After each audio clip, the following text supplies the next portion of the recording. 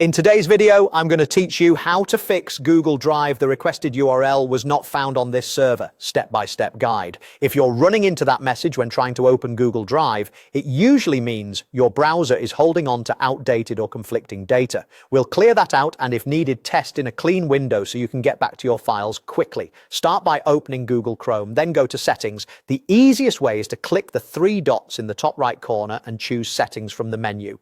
Once you're on the settings page, use the search box at the top and type Delete Browsing Data. This jumps you straight to the clear browsing data controls, so you don't have to dig through menus. When the clear browsing data panel appears, make sure you're thorough. Select a time range of all time so nothing lingering gets missed. The guide recommends checking all items. That typically includes browsing history, cookies, and other site data, and cached images and files.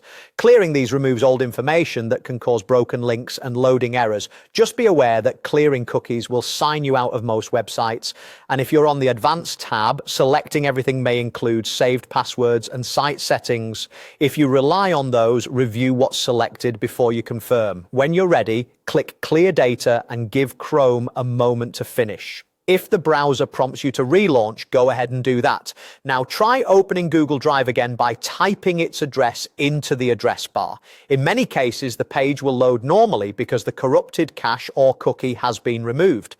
If you still see the error, open an incognito window to test with a clean session. Click the three dots again and choose New Incognito Window. You can also use the shortcut Ctrl+Shift+N on Windows or Command+Shift+N on a Mac.